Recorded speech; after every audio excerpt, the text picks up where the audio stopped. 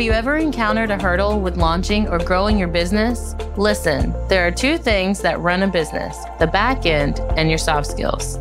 Telling you right now, if these aren't in place, you'll lose clients and you'll lose money. You don't want that? Well, you're in the right place. Hey, I'm Dana. Hey, I'm Sarah.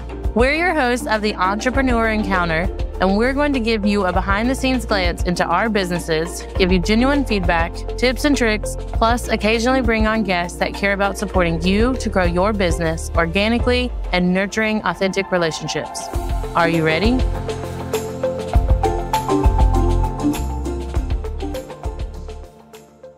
Welcome back to another episode of Entrepreneur Encounter. We are your hosts, Sarah and Dana. This month, the topic of discussion is going to be geared towards productivity and creativity, and we're excited to discuss this topic over the next month. But today is going to be even more fun because we have a guest today. Her name is Lisa Zawrotny.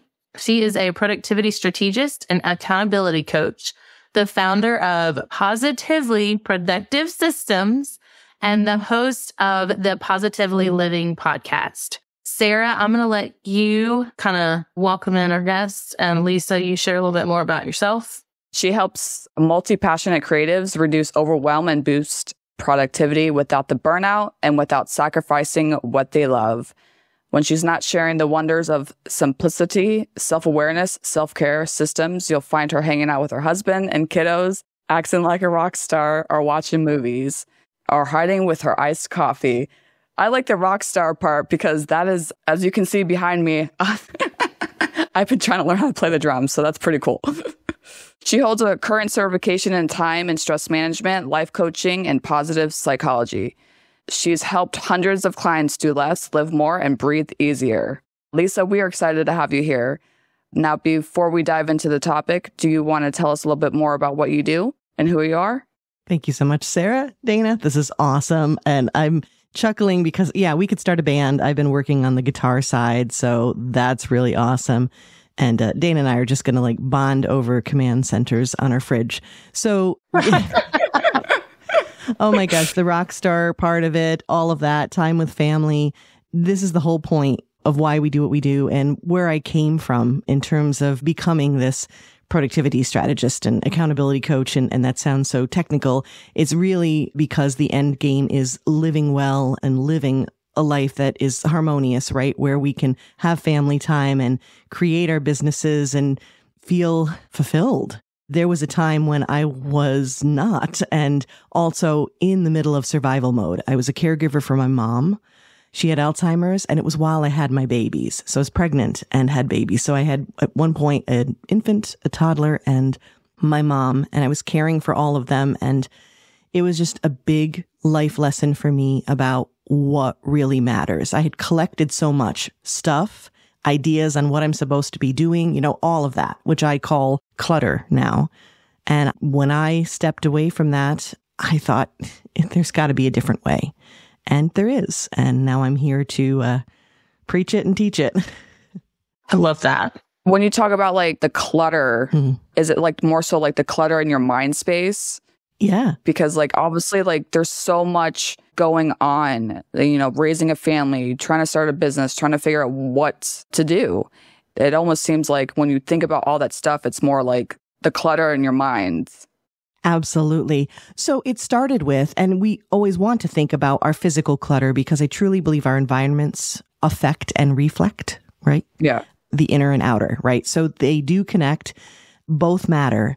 And I did start out with the physical environment. That's always a great place to declutter. You know how it feels, right? When you clean out a drawer or a closet or a hallway or whatever, and then you breathe easier, you feel better. So I started with that. And I started actually as a professional organizer. But the first time I stepped into someone's home and started processing this clutter with them that we think of all the time as physical, I thought, oh my goodness, it's head and heart. It really is that mental side. And you think about extreme cases like Hoarders and those shows. One of the first things they do is bring on a therapist, right? It's all about processing what we're going through. It's all about thinking about who we are and what our experiences are, our traumas are, when we grieve, it impacts what we collect, what we think we need to do. you name it. So yes, that mental clutter, I truly believe if we get to that first, it's going to make everything else so much smoother. It seems very minimalist to me, which is not necessarily a bad thing. That's just the vibes that I'm getting. Because when I read books on it or when I started learning about it more, it was about removing the clutter, but it wasn't just physical clutter. Like the clutter in your calendar was the main thing that pointed out to me. Because if you look at my calendar, it looks like a rainbow majority of the time. And you just want a lot of white space. And so that was the first hard step into removing the clutter for me was my calendar, hence the command center to kind of sprint things out better. Absolutely. And you were mentioning in your episode about stress, right, of creating more space. And I do think there's like a minimalist vibe to this. And I'm a big hybrid fan. I'm like a little of this and a little of that. And it doesn't have to be so extreme. So it's not minimalist like you have one thing in your room or you can't do the things you want to do. I'm actually on the opposite camp because I serve multi-passionates who are innovators and love all the things and are creating. And it's so important that we be able to do those things like be in a rock band, right? Or whatever it is, whether it's business related or a hobby. It's all good when it feeds your soul. Even a rainbow calendar, mine's rainbow too, it's very colorful. That feeds my soul in that I know where I'm going and where I need to be and I can be fully present when I get there. So that's awesome. But to your point, having that space. And we do feel, I think, just in general, I don't know if it's a societal thing, but we feel like we need to fill the space if it's there. And so resisting that urge and leaving it for breathing room and room for potential that you don't even know yet is on the way is such a brilliant thing. To that point too, this summer, creating this space to learn and grow within my business and my personal life and being present with the kids. I wasn't hustling. I wasn't in hustle mode because I wanted to create that space to where, okay, well, it's the summertime. I want to be able to not have to be working 24/7, like I'll just do what I'm doing now. Then I'll have time when like the kids go back to school. Cause I think that during the summer months, it does get busy. It gets more busy because if you have a family, you have so many things to do. Me personally, I wasn't like, okay, I need to work. I need to get clients. I was just like, what I'm doing now is perfect for what's going on. And I think that creating that space within your family, like feed your soul. That fed my soul. You know what I mean? Like I know that if I worked up until midnight, it wasn't going to feed my soul. I was not going to do that. So it's so true. So I think many entrepreneurs struggle with that mindset, the overwhelming to-do list, especially in the summer months or where there's breaks with school. What are your suggestions or how can they create a more effective and focused to-do list? So to touch upon what Sarah was saying, that's seasonal productivity right there, right? Or the idea of using seasons and leaning into them. So if you think about maybe when the power goes out and you use a generator, you don't use the generator to power the entire house and like random lights in a room you're not using, right? You use it to power the essentials. So I think this is where we start getting into, and it is in fact minimalism to your point, Dana, and the idea like that comes from agile management, for example, and where you start to say, what's the minimum viable product that you're creating? What's the minimum that's going to get the job done? So one of my favorite productivity techniques for that is the 80-20 principle. And I'm legally obligated to mention it in every conversation. I'm kidding. But as a productivity strategist, I love talking about it. So the 80-20 principle, Pareto principle, it's called, that is you can get 80% of the way toward your goal with only 20% of the effort or the input. And you can see it in so many different places in your life. I love using the closet as an example. 80% of what you wear is probably about 20% of the closet, of the collection of clothes that you have, right? Mm-hmm. And sometimes the ratio can vary, but it's a legit ratio that this economist figured out. I mean, he saw that like 80% of the land was owned by 20% of the landowners. 80% of the pea pods were on 20% of the pea pod plants. So you could see it in nature. You could see it in the economy. We can see it with 80% of our income is probably about 20% of our clients, especially when you're paying attention to like repeat clients or when you have volunteer situations. 80% of the work is probably done by about 20% of the volunteers. You can start to see that pattern.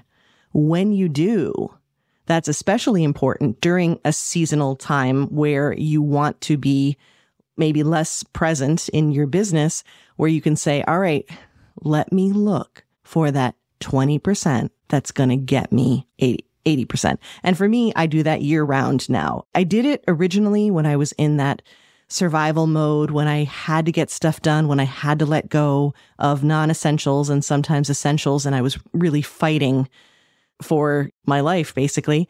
But then I realized, well, why not take those same, when I say ruthless, I mean that in the best way on our behalf, those techniques of decluttering and limiting and being very particular about what will leverage what we need to do the best, taking that and using that all the time. And so then when you need to have a smaller scope or a tighter time frame during something like the summer, you're good to go. And then the rest of the year, it creates even more space to bring in the new idea or do the new project. Ooh, okay. I like that. I didn't even realize that it was a seasonal thing.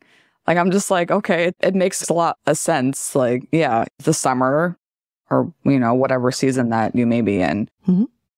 Well, I also like where you at the end were saying in the busy season for us right now with the younger kids, it's summer because we're balancing. But if we already are focusing on just that 20%, when school goes back and we're not balancing that, I immediately overnight will wake up to more free space. I did that this morning. I woke up, my son was like, let's go to the park. And I was like, I know I can't do it today. I was like, but let's look at tomorrow. And I actually have one meeting instead of like back-to-back check-ins with someone. My immediate thought is, oh my gosh, I forgot some things.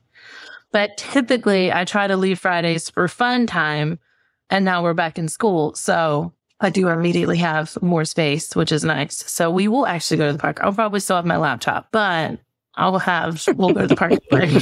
But it feels better, right? And it's more breathing room for you. And to that point about seasonality, and I think you're heading there. So not only is this a season, actual season. And then, of course, with kids their ages, there's a certain need. Well, I was thinking that I still have that seasonality of summer, like the kids are out of school, but I have older kids. So there's a different kind of space that I have now by having those same techniques for when I had to be like with them and monitoring them constantly. Now that they are older and more independent, there's more space for me, even in that different summer schedule. So that's what you have to look forward to as well. One of the things you mentioned before when we were just chatting was energy management versus time management. Energy management, agile management are honestly two concepts I have not heard of before. So can you elaborate on what it is for those of us that don't know what it is? And then why do we need to care about that concept versus what I normally coin as time management? Sure. And I mean, time management exists. We have a certain amount of time. How do we manage what we're doing in that time? But I think it's my way of reframing. I mean, I'm not the only one using this term, by the way, but it's the idea of saying, okay, I have this amount of time to work with. What is it I'm really managing in order to maximize that time? And you're managing your priorities, which you have spoken about here. You are managing yourself. And a big part of how we work best and managing ourselves is understanding our energy. That can be seasonal, which we just talked about. It can be, there's like all kinds of rhythms and things that we have. For example, we have our circadian rhythm, and we have how we sleep, when we're most energized. Those morning people. I don't want it to be an us and them, but let's just put it out there. I'm not a morning person. I am a morning person. And I love that journey for you. But no, the point is it's knowing that, right? So, whatever your day looks like, is it matching up to where you have the most energy? Whatever you're working on that needs more, focused work, more brain work, is that matching where you are most energetic? The other example I love to use of energy management actually goes back to my kids who, despite the fact that they have a very organized mom, do not have organized rooms. So let's just put that out there and be perfectly blunt. So sometimes it's frightening and I'm like, please, let's work on this today because you'll feel better once it's organized. Again, you'll be able to find things. There's so many reasons why this is a good thing. They agree, but they don't necessarily want to do it. But then they find out they have an opportunity to hang out with their friends. And then there's a contingency. Absolutely, you can hang out with your friends after your room is clean. That same room that wasn't clean for a couple of days and they didn't want to do, and it seemed like a huge Herculean task, was cleaned. How quickly do you think? Any guesses? Quick. Yeah. Motivation, energy, just sometimes when you have a really great conversation with a good friend or you go out, for me, honestly, and it's not just the caffeine, when I go out to Dunkies and get an iced coffee and just like breathe and have a moment, I mean, I'm serious here. I will come back completely revived, different energy, and that affects your productivity. So it's all these different things. And then it's up to you to figure out what it is that energizes you. Sometimes it's having conversations like this. I'm absolutely pumped and I'm going to show up differently for the work that I do after our conversation. For some people, especially introverts, this can be draining. It depends. And that's okay. You know you, and then you choose that way. But that's why energy matters, because we can't all say, okay, I have 2 hours and we all approach it the same way. We're not going to get the same quantity or especially quality work done in that time. It's all coming full circle because I completely, now I'm starting to putting 2 to 2 together. Okay, this is what I'm feeling and this is why I'm doing this. That's okay. I love that. I love the seasonality. I like that. And energy management. I feel like I need to reevaluate my calendar though, because I am a morning person. So I use that to quickly get through my smaller clients. And that way I can solely focus on the bigger ones that have more fine-tuned, involved projects. Mm-hmm. But I'm wondering if maybe I should reverse that when I do have the clearer mind, because the longer we go in the day, I'm ready for bed. I'm one of those by 8, 9 o'clock, I'm falling asleep on the couch. I'm over and done. Then I'm done thinking. Yeah. So, at that point, the quality of your work declines. And I think we have this instinctive approach where we're let's push through. And so if you take nothing else away from this conversation today, true productivity comes from finessing, not forcing. Mm. So don't push through. I'm over here on my soapbox. I invite you. There are chairs here. I'll get you a beverage. Please. Rest is productive. Taking breaks. Those are productive. All the things that we think that don't connect. Sarah, you and I were talking about soft skills, and that's something that you bring to the forefront here. And it's so important. Those connect to your productivity. And I think the more that we understand that connectivity in everything that we do, the better off we'll be. We can only push for so long. And when we lean into the hustle culture part and the push through, and I just got to get it done, we are paving a path to burnout. But if we step back and we make some of these adjustments, think about where stuff is on our calendar, think about what we love. And it's okay if what you love is completely different. If you're jazzed to be up early in the morning and it's actually quiet, and that's great. And I understand there's life and sometimes we have to do things outside of the ideal zone. But my point is, the more you look at it and the more that you can put what you're doing into an ideal zone for you, whether it's timing or the way that you do it, then the better off you'll be, even if you have other stuff that isn't, because those become the exception and not the rule. Another thing I wanted to point out about energy management, now that it's making a lot more sense to me, I think that if you're working and if there's something, for some reason you can't focus, right? If you cannot focus while you're working, what motivates you? For example, you could step outside. A lot of us work at home, inside. We don't get out much, I guess you would say. But no, it's seriously. That's true for me. There's certain things that can help each individual, motivate them to be able to get that energy back to work. For example, I didn't want to go to the store the other day, but I needed to, and I knew how to work. but I blasted the music and windows down, driving to the store. When I came back home, did work, I felt so more motivated to get into my work. So I think, again, like everybody's different in how, step outside, have coffee, do yoga or whatever, like gets you in the mood to set up for your day. Yeah, it touches a little bit upon the idea of self-care, which I think we misunderstand so much to be pampering. But really, it's about nurturing and nourishing ourselves. It's like recharging the battery in some way. But you bring up an interesting point, too. I immediately see that grocery run. It's not only taking a breather, playing some good music. I'm cranking Boston in the car. That's happening, right? I'm going to sing loudly, not necessarily well, but loudly. Yeah. That is good for you. It helps you. I mean, all of those things are connected. You're breathing better. You're singing music. The connection to de-stressing, brilliant.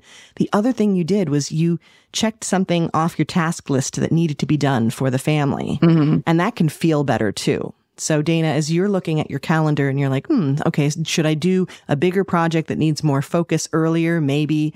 Or was the fact that you checked off a bunch motivating to you? But yeah, it's worth kind of reflecting and tweaking the schedule to feed into that energy. It's a puzzle. So there's always going to be a little adjustment, but those are all the different ways that you can show up and be more productive. I will say for me, I think it does give me wins or like that boost or high that, I crossed something off. We were joking about it before.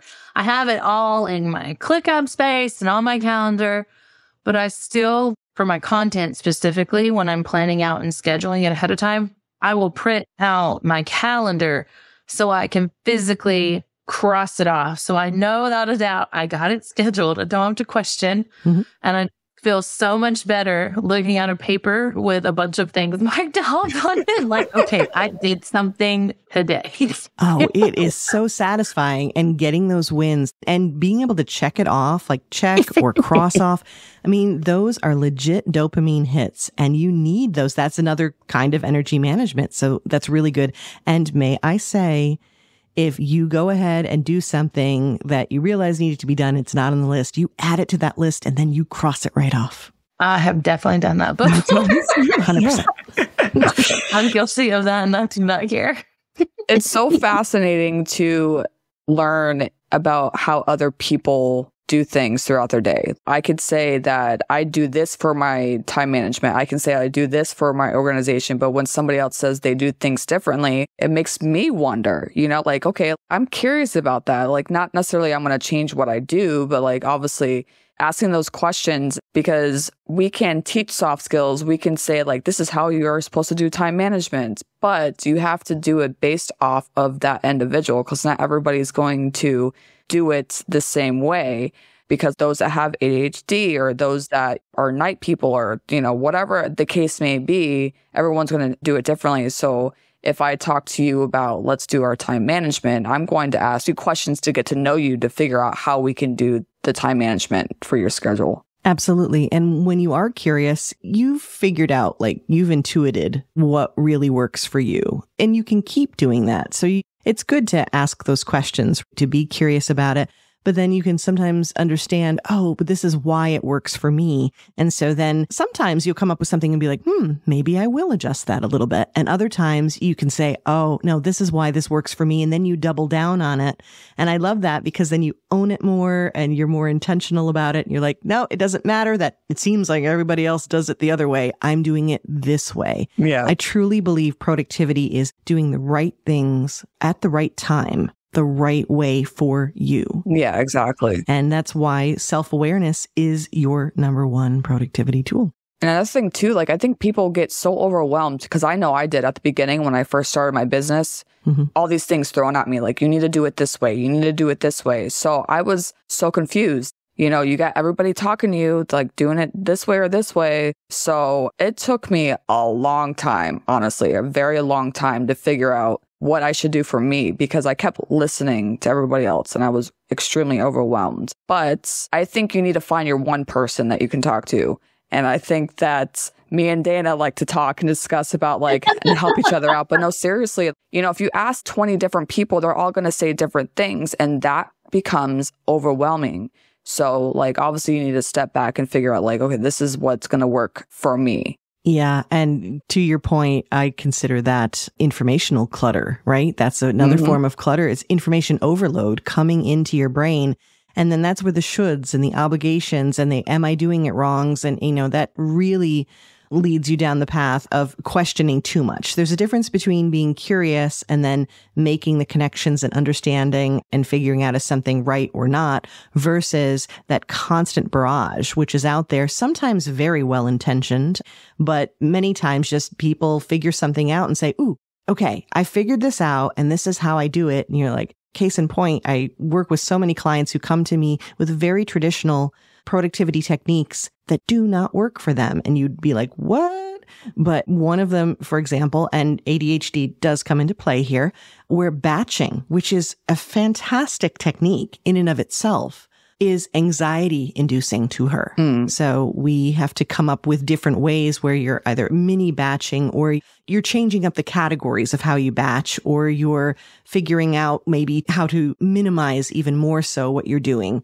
Changing the scope is a great way to do that. But yeah, it's very easy to get overwhelmed by what everyone is saying, even when they mean well. So putting up the blinders and saying, wait, I know this. Okay. And also too, there's great resources out there that are well-intentioned, but they don't know you. That has been my biggest argument this entire time of like, wait, what I really want to teach you is how to get to know yourself. I worked with someone who was a night owl. And of course, you hear about morning routines all the time, right? And morning routines are wonderful, and you need morning and night routines. But what I helped her understand is that her focus really needs to be on the nighttime routine. That at night, when she has the most energy, she's essentially front loading for the next day to be productive the next day. So it's same concepts, but adjusted to be the right tailored fit for you. Exactly. I personally think if you're working with whoever you work with, you need to get to know them, because, when you first start doing things, like, can we just have a conversation? And then you can get to know me, and then you'll figure out like, this is how I am, versus throwing things at me that I have no idea what you're talking about. So I think conversation and building the relationship and the trust is like the number one thing, but some don't do that. I think people can get excited about throwing out solutions, so to speak. But if you take that time, I think there's this misunderstanding of being productive where it's like immediately going to action. But if you think about, okay, chefs do this all the time. It's called mise en place, where they have a sous chef, they prepare all the food, they get everything in place, all the tools, all the food that's prepped or chopped, whatever needs to be done, everything in place before they make the meal. Most of the time it's like, get to cooking already. Go, go, go. Take the action. It's like, wait, what makes it really, truly productive was doing all of that prep work. Painters, that's another great example. You're painting a room. Maybe you're taping it out, or for some say taping is for losers. I don't know. I'm a loser because I have to tape out my trim. But the point is that you take that time to prepare, to sand, to prep the walls, fill in the holes, do that kind of thing. Your end result, not only is the process faster ultimately once you get to it, but your end result is better. Yeah, I agree with that. Because if you just do it without making a plan, it might work, but it's probably not going to be as great as you hoped it to be. Right. Or you might be doing it over again, which is absolutely not productive. Hello. Ask me how I know, by the way. It's not like I'm immune to any of this, but that's why we're talking about it. Fair enough. I laugh. So I am a wedding planner by trade normally, and then I pivoted. No timeline ever goes 100% correct, but it is reassuring to have the timeline, because if something happens, even if it's something as simple as, yes, took too long to get through the food line, now we know how to adjust pictures, or we need to rush the couple to eat so they can still make sunset photos, or however needs to make adjustments. It just calms things down. So I'm constantly making my to-do list from that mindset of, even if it doesn't go according to plan, at least I have a base starting point. Instead of, even with my kids, I've noticed if I don't plan out even a rough outline, they'll be on screen way too much. And I just don't know what we're doing because I haven't taken the time to map it out. Yeah, you need the guidelines, I think. And also, too, once you have those guidelines, even if everything goes off the rails. And by the way, I know that experience, too. My husband and I used to do wedding photography, and we would go over the itinerary with the couple as well, and oftentimes make recommendations so they could get the photos that they wanted. Well, if you have a plan like that, even if it goes off the rails, and boy, did it ever many times, you have a visual immediately of where you can change something up. When there's nothing there, then you're like, I don't know what we're going to do. You would be the experienced professional, so they'd be lucky and you'd come up with something. But I'm just saying, for us in general, using the same kind of technique, applying this to our businesses, right? When we have that rough structure in place, when we have that routine, that general schedule in place, even the chunks of time that we're going to use to batch, even if we don't know exactly what we're doing in that space, we know there's a general type of work we're doing.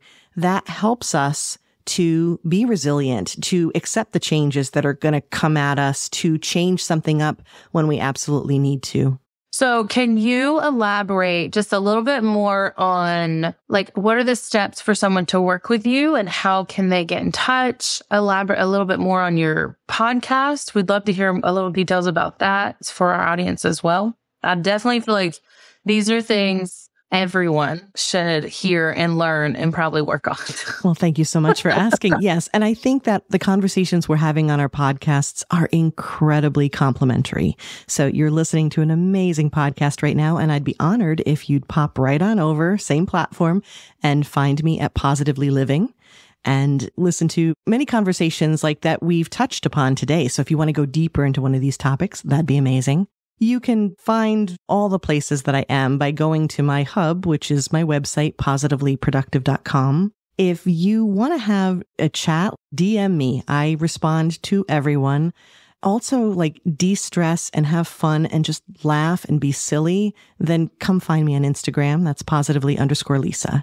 And in terms of the way that we work together potentially, well, it always starts with a conversation, and that conversation isn't working together yet. It's getting to know each other, to Sarah's point. We need to understand what's going on. And sometimes I may recommend a different direction for you than working with me, or even starting with a productivity strategist, because there might be something else that is, a priority for you to figure out first. But we start with a conversation, and then really it's about strategy and accountability in whatever combination you want. One of the things that I value highly is flexibility and accessibility. So everything that I do is kind of different combinations to make you happy. If you want to just try strategy, you could do one session with me. We could do amazing things to talk about what we discussed today, get everything kind of inventoried, if you will, and set so that you're understanding yourself better and moving forward with a plan. We can do that. If you want to start with that strategy and then just keep going because you're like, I need you to check in, Lisa, because I'm going to go off the rails. No problem. That's what accountability is for. So it's a wonderful collection of mixing and matching. Everything's month to month, because I don't believe we should be locked into places that we aren't meant to be. And that includes coaching with me. I love how genuine that is. Well, thank you, Lisa. This has been a really great conversation. We're really excited that you were able to come on to the show today. Thank you. I've enjoyed this immensely. It's my favorite stuff to talk about. And I love the examples that you were able to bring up, because this is real, right? What we're going through every day, all the different things that we juggle. And it's just been an honor. So thank you so much for sharing your space with me. Of course. Wonderful. Well, as always, all of the information will be in our show notes, and the way that you can contact Lisa will also be there as well. Until next time. Bye. Thanks for tuning in to another episode. Remember, soft skills aren't just some fluffy buzzwords that get thrown around in the corporate world. They're the key to unlocking your full potential as a professional and a human being. Don't be afraid to invest in yourself and seek out opportunities to improve your soft skills. Sarah and I have a variety of workshops, online courses, and complimentary clarity calls for you to practice in real time with us. Links are always in the show notes. And be sure to join us next time for more insights, tips, and tricks to help you succeed in your entrepreneur encounter.